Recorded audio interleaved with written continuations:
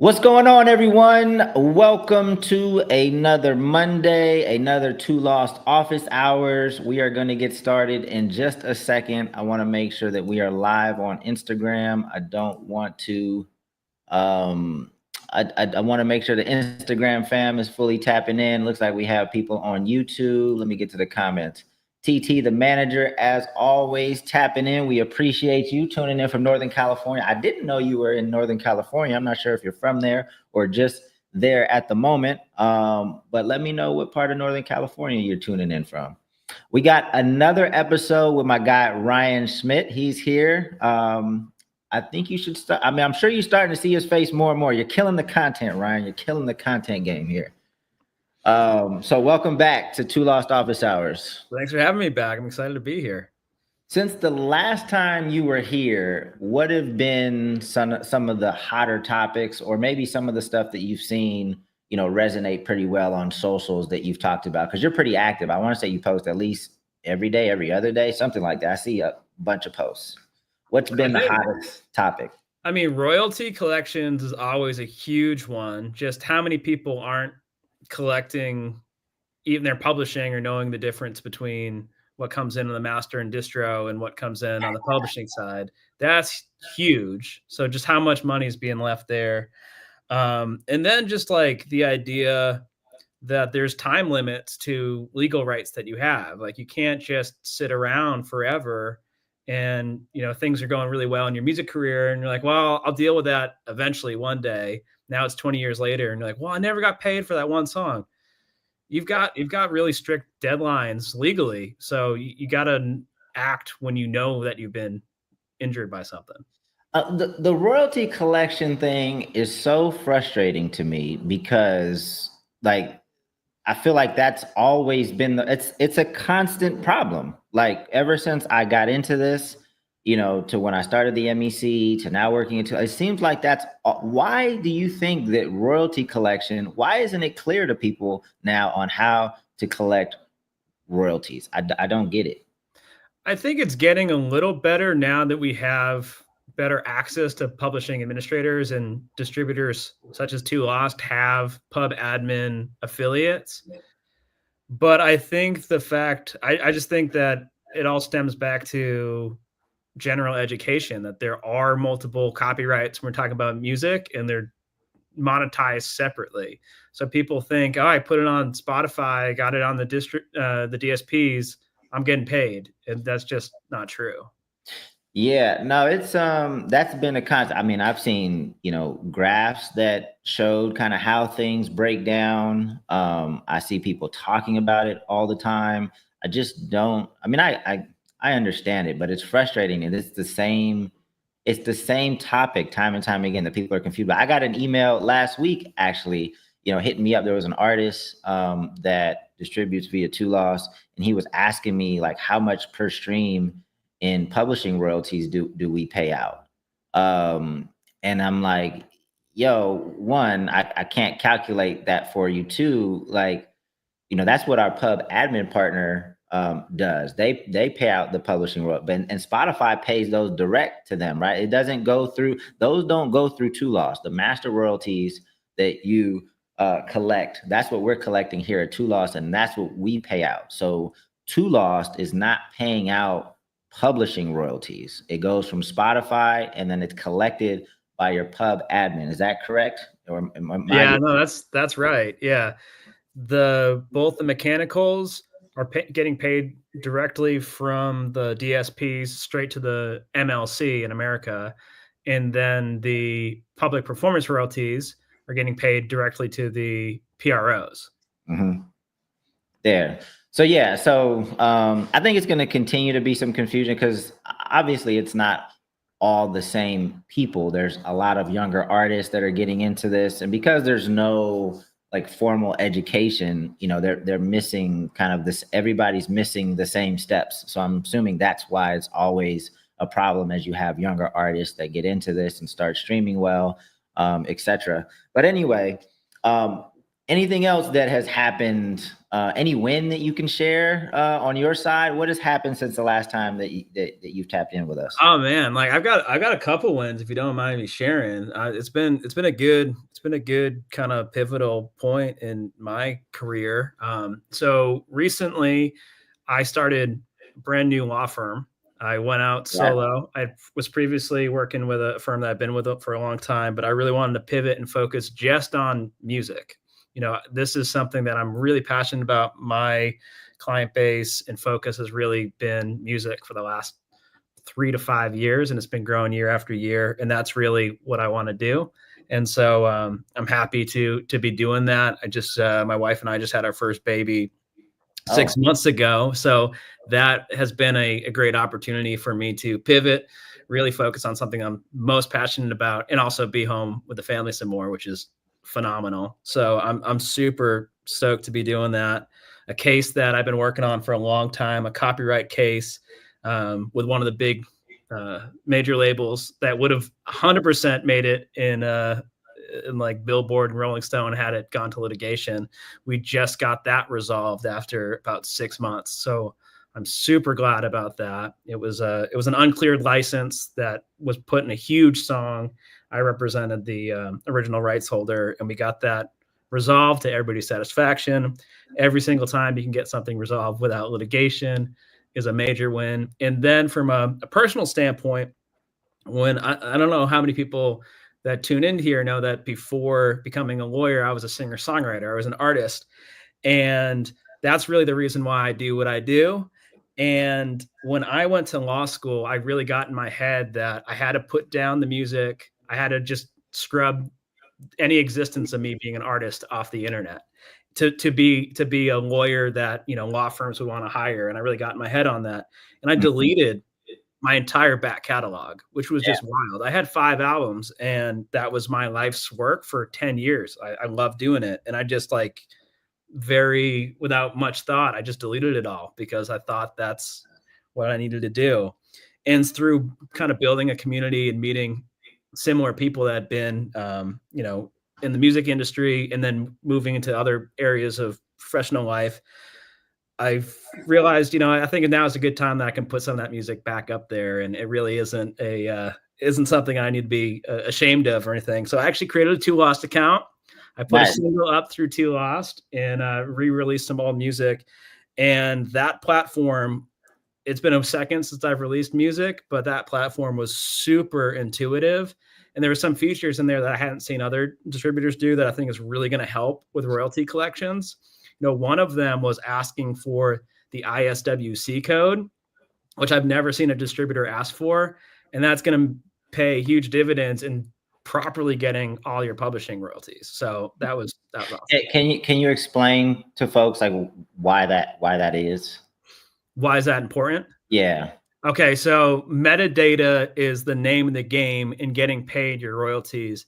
People reach out to me all the time and they say, I've never been paid from ASCAP or BMI. I want to sue them, this, that, the other thing. And the first thing I ask is, well, first, did you register that song? And when did you register that song? Because if you registered it, say the song's been out for 3 years and it's been doing really well for 3 years, but you just registered it yesterday, usually we're not going to go back in time and start collecting. Like BMI is only going to know to start looking for that song once you put it in their database. Mm-hmm. But say it was in there, then I also look at how was it registered and is the metadata consistent? If you have a typo in your registration or you spell your song differently, the way you send it to the DSP versus how it's registered can make a difference. And then the ISWC and the ISRC are really important for making sure that songs are properly tagged. The ISWC is an international code that is like a social security number for publishing, essentially. And that is generated by your performance rights organization. So every time you log something into ASCAP or BMI, it'll spit out an ISWC code that is specific to that song. And you can put that in your distributor account when you're sending the DSPs. And you can even hard encode that into a WAV file when you're like doing mastering it, like with mastering software. But the more that you can put metadata into your songs, and the more that they're consistent and they don't conflict with each other, the much better chance you have of actually getting paid all your stuff. Make sure you input things correctly. It has to be consistent. Dope. So a lot of wins. So congrats on the newborn. Congrats on starting to put your music back up. I think the good side of this is, I don't know, like when you were an artist, did you have a bigger or smaller presence than you have now? I have a bigger presence now than when I was doing it. I mean, I was doing all right. But it was very much a small singer-songwriter focus. It was all like a lot of teenage girls and like up to like 30-year-old women. And now it's like a good diverse group of folks from all over the world, really. Nice. A ton of people in Nigeria, very surprisingly. Lagos, Nigeria is like popping off in the music industry. It's awesome. Nice. Well, if you still feel good about that music, I mean, the bright side of this is now you have consistent music to drop on a weekly, bi-weekly, monthly basis. That's new to a lot of the people that got to know you in the past couple of years. So for sure. Yeah. So I'll be doing more of that as well. So what I wanted to do today was run through some scenarios, because there are a lot of different ways to kind of set things up in the independent music industry today. And there's a lot of different ways that we're working with producers and managers. And I wanted to just run through some scenarios and get your opinion on one, if you've seen that exact scenario before and you've seen like how that was contracted. That's amazing. If you haven't seen the exact scenario, just kind of using, what you've seen and just from your experience, what that contract might look like that, could potentially be fair. I mean, fair is subjective. Sometimes I think something's fair. Another person might think the exact same thing is not fair. We get that. But just from your perspective, like, let's try to come up with what we think is in the ballpark of a fair contract for a given scenario. So for example, let's start out with an artist-producer relationship, right? There are some producers that just make beats, send the beats via email. They never talk to the artist. They never help the artist with anything else other than they send the beat. The artist then, does everything, mix and masters it on their side, markets and promotes it. All they did was send the beat. And let's just say that this producer is not a very well-established producer. Both the artist and the producer are kind of up and coming, right? Let's think through kind of a fair scenario of how that producer gets compensated and how like the contract works. Can we do that? What other information do you need from me? So we have up and coming, both, let's just say artist and producer. So unsigned, artist is unsigned. And is this a lease, or is this the artist is getting this is an exclusive track. It's not a lease. Perfect. If you want a lease, you just go to BeatStars and do that contract. This is an exclusive. This is an exclusive beat. Again, the producer's not doing anything else than sending the beat, nothing else at all. So there's a few different things when we look at producer compensation in a general situation like this. There's really 3 different places that we look to negotiate. The first is publishing. What participation are they going to get on the money that comes in from your mechanical royalties and your public performance royalties? And if we're talking about an independent artist, that is usually going to be 50-50 on the publishing, because you got to think about it this way. The producer created this whole musical bed. That song already existed as an instrumental, and that could have been a complete song as an instrumental track. And yes, an artist comes in, they add lyrics, they add their vocalizations, and they make it a complete song, arguably. But the song, the producer brought a lot. So that should be a 50-50 split on the publishing, or equally split among the different collaborators. Say there's 2 artists and there's 2 producers, 25% across the board. Then you need to have a producer fee to compensate the producer for their exclusive, like basically the consideration to give them in order for them to give up their copyright in the master. Yep. And that can range. I've seen it, the huge range on that. I've seen people pay as little as $100 for an exclusive up to $30,000-$40,000. But if we're talking about a small indie, a major would be paying that kind of stuff. But a small indie, we're probably looking at between 100 and 1,000 for an exclusive. Mm-hmm. And then we're looking at points. This is the rights that the producer might get to back end revenue on the master side. Any money that comes in for sales and streaming. And for a producer, that's usually 3 to 5% of the artist's royalties. But that can depend. Like that's usually assumes that the artist is on some label. It could be higher if they're independent and there's more to play with there. That's why I dropped. That's why. So the not signed. It's got. We're talking independent, not even established independent, not making a ton of money independent, just kind of up and coming. Yeah, I've seen it go as high as, if we're talking about, I've seen it as high as 50% of the master for independent, and it's usually about 25%. Got you. I personally believe 50% would be aggressive. 20% sounds about right. So that's the scenario of, up and coming artist, up and coming producer didn't do anything else but, create the beat, send it via email, and, the artist did their thing. Now there are other producers that are locked in with the artist. They're contributing. They're kind of like an A&R, contributing ideas, maybe mix and mastering the project, really crafting the sound. I'm assuming it was the case for like a Macklemore and was his Ryan Lewis? Was it Ryan Lewis? Yep, it was Ryan Lewis. Yep. So kind of like a duo. Like how does that?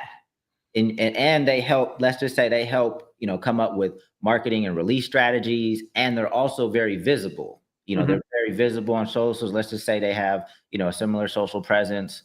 How does that change the potential negotiations or how they work together? When you're looking at a partnership like that, and you're making that much music together, you usually don't see a producer fee. It's usually you're building up the equity. So you're going to see a much higher percentage because the producer is not charging their fee like you were just another artist coming off the street. They're growing something with you. Mm-hmm. That's where if you don't have a fee, I have no problem seeing a 50-50 split, because now that is how you're getting paid. You didn't get paid on anything else. Again, publishing gets split equally. Credit, I've seen artists get really creative here. I know LaRussell does a great job with this, but tagging producers as co-primary artists on Spotify and different platforms, where that producer's page is now getting the same streams and the same credits as the artist. And then it depends on if they're doing other things. You mentioned marketing, maybe sync placements, maybe some A&R. There we might look into whether or not some type of like percentage on the overall artist gross revenue is also appropriate. I haven't seen that specific thing play out, but there I would think 5 to 10% would be about right. Yeah. No, it's because we get into this and we always hear like industry, like we have to kind of throw. I mean, the industry standard is a good benchmark for things, but like there's so many different ways and how people are working together today that the industry standard doesn't always apply, right? And I want to shift even to the management relationship. Kind of let's do same scenario. Manager just kind of starting out, artist just kind of starting out. There's no money being made, right? So they're locked in, working on strategies. The artist is helping them with social media. The manager's helping them with social media. The manager's learning the business, networking on the artist's behalf, like just really, really locked in from the very beginning. What have you seen as like fair agreements for those type of situations? Or what would you say is could be fair? I've seen, if we're talking about like, obviously when we look at like standard manager splits, that's usually like a 15 to 20% range. But things change, especially if the manager enters into like a more of a investor or financier role as well. If they're putting out hard money into the artist, then those percentages go up. Those could be 35. I've seen it go up to 50, and you've essentially started a joint venture or like a label with the artist, and you are splitting the profits.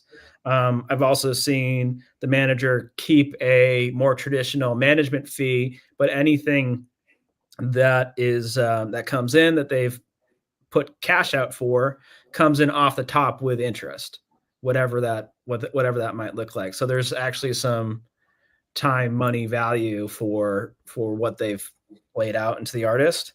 But it could look like a number of different things. Yeah. There, I would say, um, so many folks want to work with the big manager or the big agent.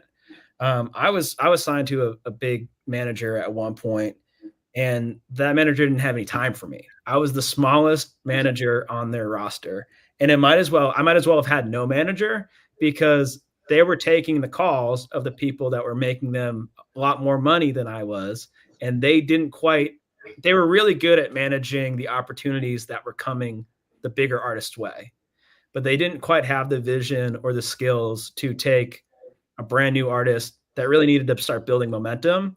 Um, they couldn't help in that quite the same way. So I think there's a lot of benefits to like building something with a friend that you really trust that is passionate about this industry, even if they don't know a single person, but they're one of those people that can go into any room and make friends with people. That's who you need on your team. And I've seen that relationship work out phenomenally for a bunch of different artists where 10 years ago they started with their friend who was their college roommate, and now they're still Yeah. managing, but they're now, a very respected seasoned manager. Yeah. No, we have these conversations again because there's so many different scenarios. Like your scenario may not be, it can be completely different, but I want to, just get people thinking about like the conversations that they need to have and the variables that they need to consider to come to some type of agreement. Because there's a lot of artists that don't have much traction. They want help, but they also are not really open to giving up anything. Like they want help. They just kind of want free help. They want, they want an intern. But if you really want somebody to lock in and be incentivized to do so, you have to come up with an agreement that makes sense for them to really pour their all into the situation. Because, I think I've seen, even though like the classic example of the music industry is like, or the classic story is that, you have all these artists getting taken advantage of by managers and labels. Put my situation aside, like what I've seen more of, however, in the recent days is managers and potential labels like now, yeah, getting taken advantage of, and that's why, you see a lot of managers leave the industry. They're like, look, I'm not dealing with this because, everybody's trying to lowball me or not pay me. There's a friend of mine that hit me last week with another another scenario. And it's like, I want artists to really understand, the value and how to incentivize, people to work cohesively so that you guys can start accomplishing things and everybody feels good about the situation. So because there's other scenarios, if you do work with a more established manager, I would assume that negotiation is probably much more straightforward, right? Like to say if you're starting to get some traction and you get the interest of a more established manager, what does that negotiation typically look like? They pretty much, depending on the size of the management company, they can pretty much present a take it or leave it offer. That's going to be, it's 20% and it's for this amount of time. And here's our sunset. Here's how much we're going to collect after the term. Here's what your management fee covers, and it's going to cover everything that comes in that you do in the entertainment realm. And if it's big enough too, it's also going to include some requirements that you get a business manager to make sure that they get paid their management fee. But that is more or less like you're doing us a favor. I mean, we're doing you a favor by taking you on as a client because we represent, Beyonce and Billie Eilish and whoever. And so this is not subject to a ton of negotiation. Yeah. Do management agreements typically have like term lengths, or is it, I've seen it go a few different ways. I've seen some of the big ones not have term lengths, but they do have sunset, which means that they can, once you sign it, you can terminate it with 30 days notice, 60 days notice, 90 days notice, subject to a clause that says anything for the next few years, they're going to get a diminished management commission, kind of in consideration of the work that they put into getting you those deals that are generating the revenue. But I have seen a few that say this management agreement's set for 2 years or 4 years, and it'll continue automatically and look more a little bit like a label or a licensing deal, which I don't love that. I think that the sunset clause does a whole lot of good to disincentivize an artist from just dropping a manager without any type of financial recourse. But I don't love the idea of an artist being forced to stay with a manager once that relationship has turned sour. Yeah, no, for sure. So the sunset clause, I got 2 questions about the sunset clause. So it typically covers additional work that gets made post like so let's just say I'm managing you and then, we go our separate ways. The sunset clause is in place. Even if you continue to make new music or do new projects, that still falls under the sunset clause. I mean, I know sunset clauses can be, drafted different ways, but even new music or projects under that, while it's under the sunset clause, can be commissioned at that lower rate. Typically, yes, unless you negotiate that it's only the works that existed or opportunities that were created during the term of the management deal, or that were pretty much negotiated but completed within 6 months of the management deal. But usually, it's just a flat percentage that diminishes over 3 to 5 years or something like that. Which I hope when we heard about Chappell Roan getting nominated for all these Grammys and getting nominated for Best New Artist, and that same morning dropping her management team who had been pouring into her for 8 years or something like that. I'd hope that they have an agreement and that they will eat off of that for a couple of years, because if not, man, that is brutal. Yeah, that's another, and we don't know the specifics of who's in the right, who's in the wrong, but just knowing that, people have been working together for so long, and then right at this moment where you're getting, the biggest award of your career, dropping your management team, it just sounds sad. It does. And you got to figure, I mean, we've all seen those conversations.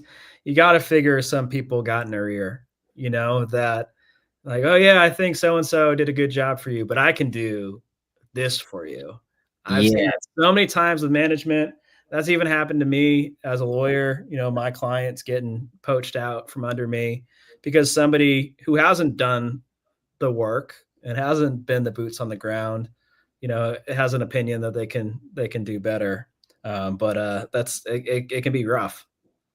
Yeah, and that's why I think it's so important I think it's easy to convince an artist that their manager is not a good manager when the artist doesn't really understand the business. Like, it's super easy to,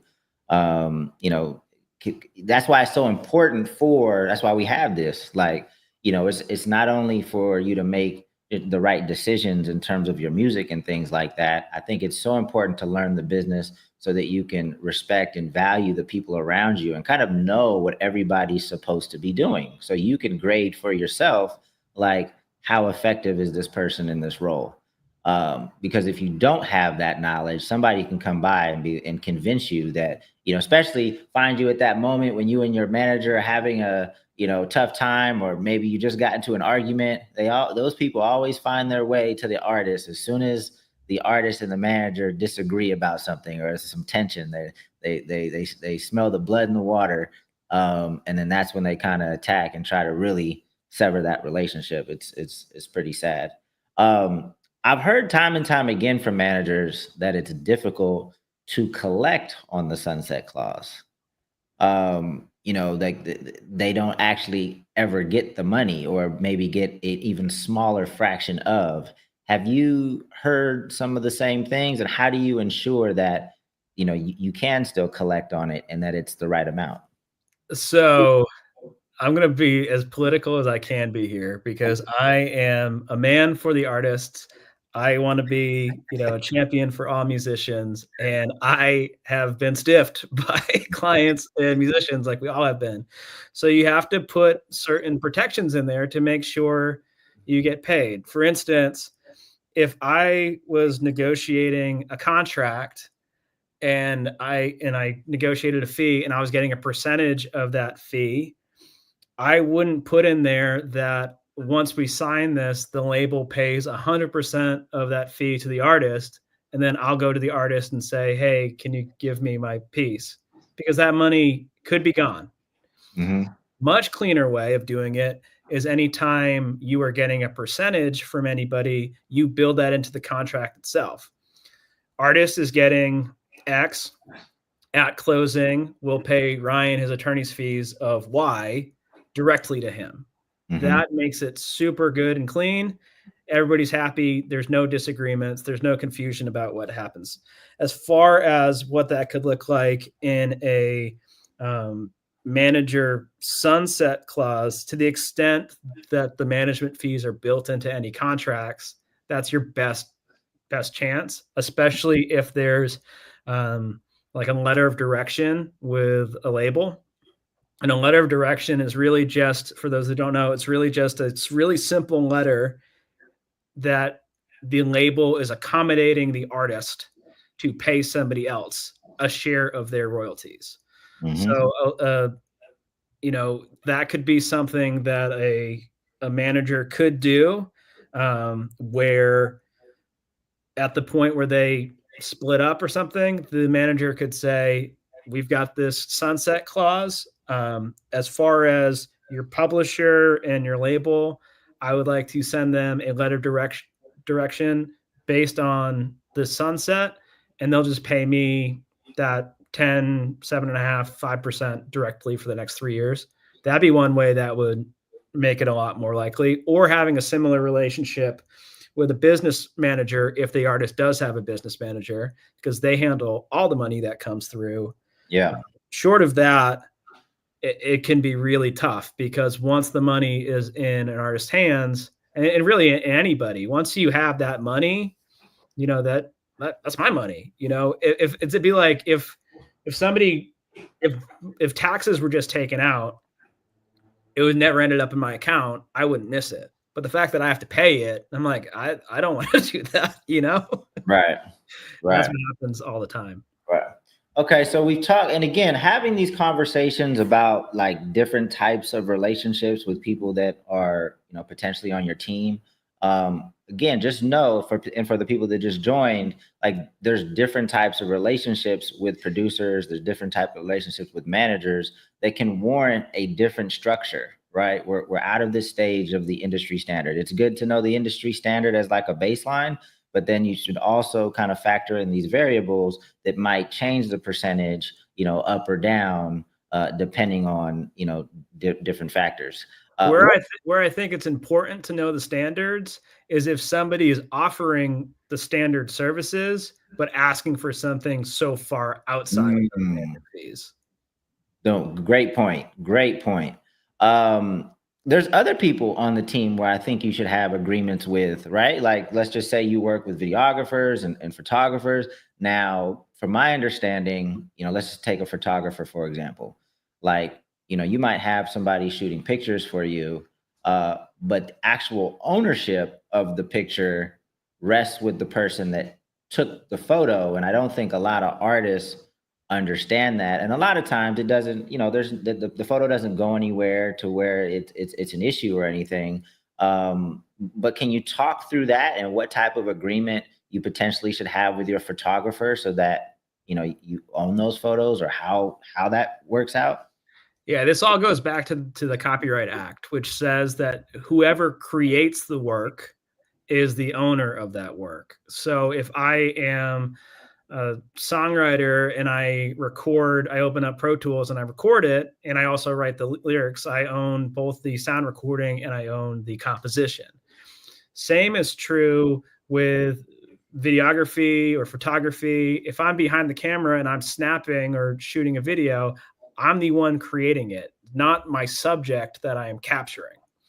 So the idea that just because I paid a videographer or a photographer to shoot for me and I've hired them for these services, that's all well and good. I've done that. But the Copyright Act still says that the person who created it is the legal owner of that copyright. And I would think that most people would agree that if you are paying somebody, everybody intends for the person that's hiring you, that's commissioning the work, would own that. But to make that completely clear legally, you need to have a really simple work for hire agreement that says that in exchange for this fee to shoot this music video or shoot this album artwork, you assign all the copyrights to that to me, the artist. So I own all of that. Yeah. This is something that, even admittingly, like through our past, like we didn't always do. It's not something that's top of mind. And to be honest, like we never got into any issues about it, but it's an issue you should potentially be aware of. So you should have these agreements in place just in case, because you never know. Like you're cool with somebody today, and you might not be cool with them next week. Anything can happen in this wild music industry, as I'm very well aware of. Because even artists sometimes think, well, it's a picture of me, like it's me. Like, how can you own this picture of me? But that's just not how the law works. So, and that's why paparazzi will sue artists and influencers who post their pictures on their own social media account, because they don't own the rights to that photography. Mm-hmm. I know that we asked for some topics to be sent in, and if you're watching this now, feel free to put in some questions. We might have some time to get to a few more. So whether on YouTube, or Twitch or Twitter or LinkedIn, feel free to put some additional questions in the comments, and hopefully we can knock them out. But we have some from Instagram that we got a few days ago. Stephanie asks, with exclusive licensing agreements, artists essentially forego their rights to their royalties for a substantial amount of time, but often need the funds the distribution deals offer to keep making music. What's the best way for artists to make money outside of their streaming royalties? Oh, that's not necessarily a legal question, but you probably know the answer still. So what's the best way for artists to make money outside of their streaming royalties, in your opinion? Well, they can enter licensing deals that have little to no advance, that could have more of maybe a marketing fund or a small recording commitment or something like that. The less money that the label or the distributor, the licensor has to pay, the sooner you're going to recoup, regardless of what that royalty rate is. So the less money you take, usually the higher royalty rate you'll get, and the faster you'll recoup. So, and a lot of the times in the streaming world, I'm seeing single song by song deals, not artist deals where a label might pick up an artist for the next 5 years and 5 albums. They might take this one song and they license that song for 10 years, and they just milk whatever they can out of that streaming revenue. So that's one thing. You can always get creative with what that actually looks like.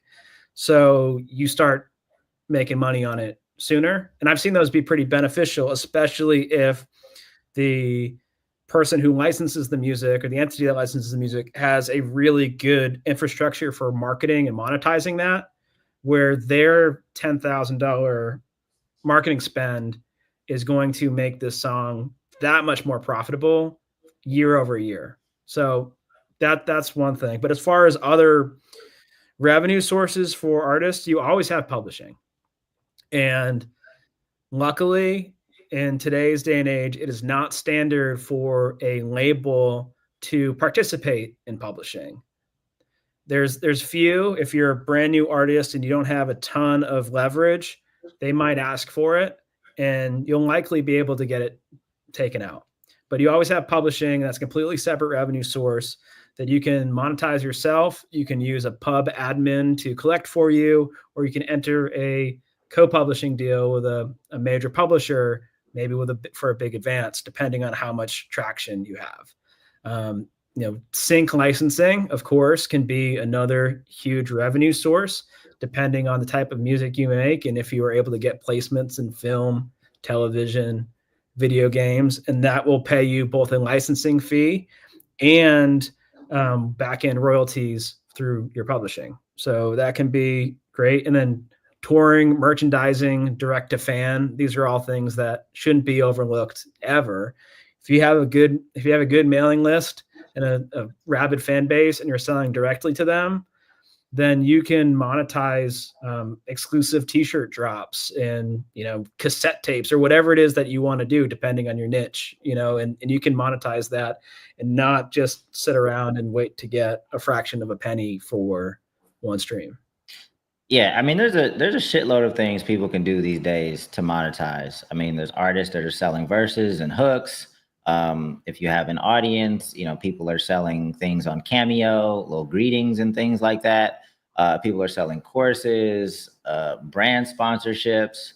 If you have a following, you can do some affiliate deals by just making money through affiliate links. I think that's probably the main reason why I think today is the best time ever to be an independent creator, because there's so many different revenue streams that are available to creators that weren't available even 10 years ago. And more are revealing themselves. A lot of artists have turned now into streamers. They're into video games and things like that, making a ton of money there.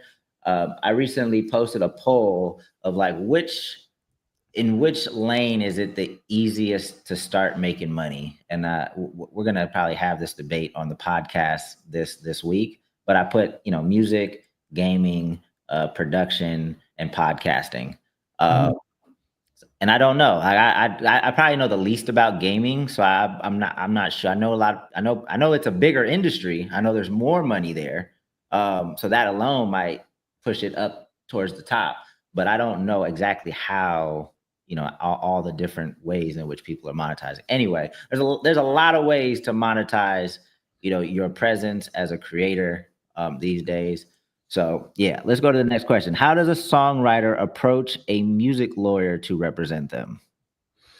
Well, the good news with lawyers, as opposed to other people on your team, is that unless their roster is closed, you pay them, you hire them, and they'll take you on. So it can be an easier fit to get a lawyer on your team, as long as you have the need, you actually have something for them to work on, and you have projects for them, and you've got some money. I think that the most typical time to hire a lawyer is either when you're starting out, you want to make sure that all your legal bases are covered. You want to set up your LLC. You want to figure out what to do with those standard agreements, like your split sheet and your work for hire and stuff like that, or when you get offered a deal.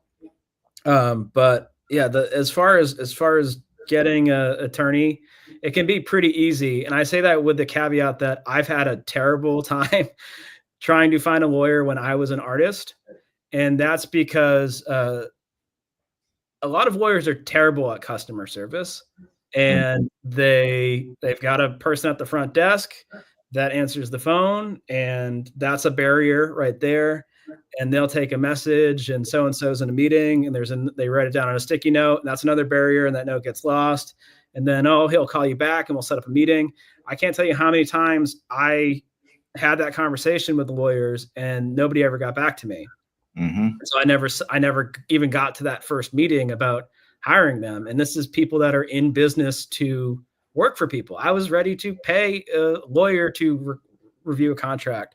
So what I do is I have on my Instagram, I've got my Calendly wide open. If you want to book a half hour of my time, you could probably find a half hour today, and we can talk about whatever legal things you want. Or if you have a contract, you can email it to me today and I'll give you a quote and we can start working. Because I just want to limit those barriers that a lot of artists face when reaching out to a lawyer. Yeah. Would there be, because he specifically says a songwriter, would it be any different for a songwriter to attract a lawyer or to get a lawyer? No, it just depends on, you want to find, of course, a qualified music lawyer that has worked in the music industry and that has worked on publishing deals and the sorts of agreements that a songwriter might face. Most often they are song license agreements, publishing deals, maybe some management deals. But yeah, that would all generally be in the same wheelhouse that a lot of transactional music lawyers would have. So I often say, we all have to be great, like A&Rs, not specifically music, but we're always like, I pour into the talented people that I come across because, that's part of my network. I know that they're going to, I know I think about where they're going to be in the next 5-7 years. And that's one of the reasons why I feel like I have a great network. Are you looking at it similarly? Like if you find an artist that you just think is amazing, are you more inclined, let's just say they don't have the full amount of money to spend. Are you more inclined to support and help like the artists that are very talented, just to put it bluntly? Yeah, I am. And that comes with the warning and the caveat about the chaperone situation. Like I have poured into artists where I'll take their calls and I'll be very generous with my time and not charge them anything because we're growing and we're building. And we'll do some little contracts here and there. And then the deal comes through and, I'm going to use this lawyer because, my new manager said this guy's really good. It's like, well, the last 3 years, I haven't charged you anything. Like we were growing. So you gotta look out for that too. So there's certainly plenty of people that have been burned by that shy away from it. You have to be careful about it because if I love all different types of music, but if I entered that type of relationship with every artist that I just really like their music, then my days would be filled talking to artists for free. And then, my family can't eat. So it has to be a special fit where the music's really great and the mindset has to be right. You see, especially, and this from being a manager and running a label, you can have some amazing music, but if you'll know pretty quick if an artist has that instinct to like, they're really going to put in the work and they're really going to do it versus they think, yeah, my music's good and that should be enough to carry the day. Yeah, no, for sure. More questions here. Let's see. Can a public domain song, Christmas music specific, be synced if it's remade in a different version? Generally, yes, but I'm going to give you a scenario to be careful about. So public domain just means that because of the length of time that this is now no longer has any copyright protections. And usually this is 95 years from when it was created. So we're looking at really old music that was under the 1909 Copyright Act. And I think we're looking at anything that was released before 1928, unless something entered the public domain in the 40s, 50s, because they just didn't follow the proper procedures and they didn't renew their copyrights. But say it actually is in the public domain. Yes, you are free to use it, create it, You're not going to collect publishing on it because you didn't write that work, but you will collect anything from the master side. So anything on the pub side of that licensing fee you're not going to collect that. You're going to get half of whatever that standard fee is, or just know that it's all in, but it's going to take that into consideration. But where I say be careful is you can have public domain works that other people have interpreted and put their own spin on.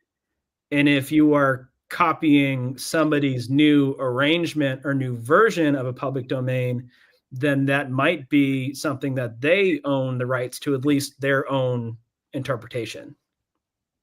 Makes sense. All right. This one comes from at Extremely Joey. He asks, say you write and arrange almost an entire song on all instruments. Vocalist comes in and does their thing with the addition of lyrics. Legally, does this mean they get majority royalties as the songwriter by default? No.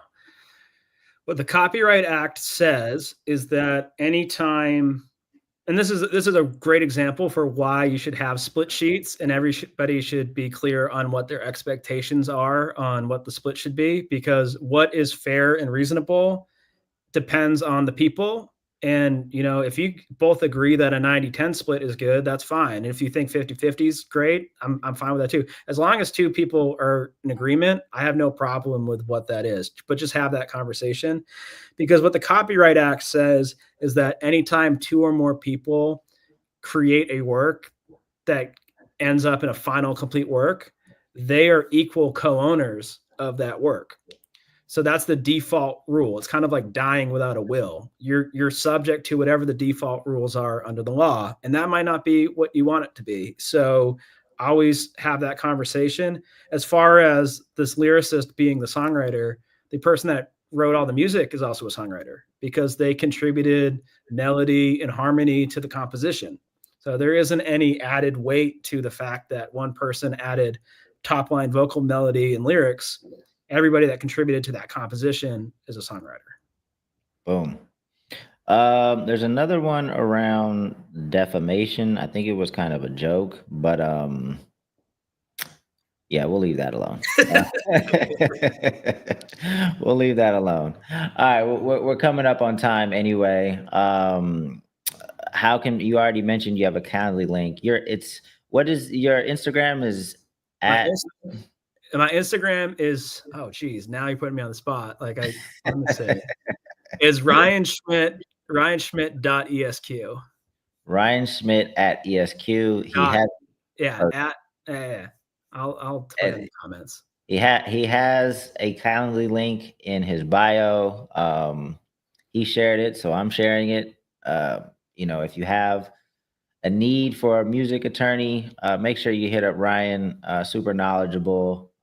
He's our kind of go-to person for the MEC of like, hey, does this make sense? And I know I didn't want to bring up the Spotify stuff today on purpose. Didn't want to do that on this platform. Yeah, maybe we'll talk about the Spotify shit. And what I'm referring to is Spotify not paying royalties out to songs that have less than 1,000 streams. That was kind of a new thing that they started this year. Anyway, I hope that this session was valuable. If anything else, I just want people to know that there's a lot of factors to consider, when you are bringing people onto your team, whether it's a producer, videographer, manager, and the more you know about the business, I think the more you can have a healthy negotiation and create harmony amongst the team, which everybody's well incentivized to work towards that common goal. I want to see healthier teams being created. I see too many fights, too many people breaking up, people not feeling valued, trying to get people to have conversations that are educated and thoughtful, again, because you guys are going to need each other. It's very rare that a single individual can do this by themselves. So you're going to need to work with people, and hopefully you create healthy relationships. Ryan, any last words before we get up out of here? No, that was beautiful, man. I love it. Boom, there it is. Catch us next week. We got about I think 4 or 5 more office hours before we wrap up the year. For people that don't know, the music industry kind of shuts down towards the end of the year. That doesn't mean you should shut down. You should continue doing your thing. There was an artist that I spoke to that said, "Oh, I'm not putting out any music because I don't want to compete with Christmas music and Mariah Carey and blah, blah, blah." Like, no, like you have a community, you should work according to how you feel and just how about things. But if your community likes the music that you're putting out, continue to put out music. It might be a better time to put out music while other people are slowing down. Make a Black Friday sale of your back catalog. Do something. Boom. You should be getting very active and creative around this time of year. There's no rules to this. Tyler, the creator, even put his album out on a Monday saying, hey, he's arguably, I don't know, top 4 rappers in the world at this point. So even he is doing things a little differently, and it's paying off for him. So, get creative, do some things outside of the box. Yeah, that's all I got for this Monday. We'll see you guys next week. Ryan, once again, thank you. Peace.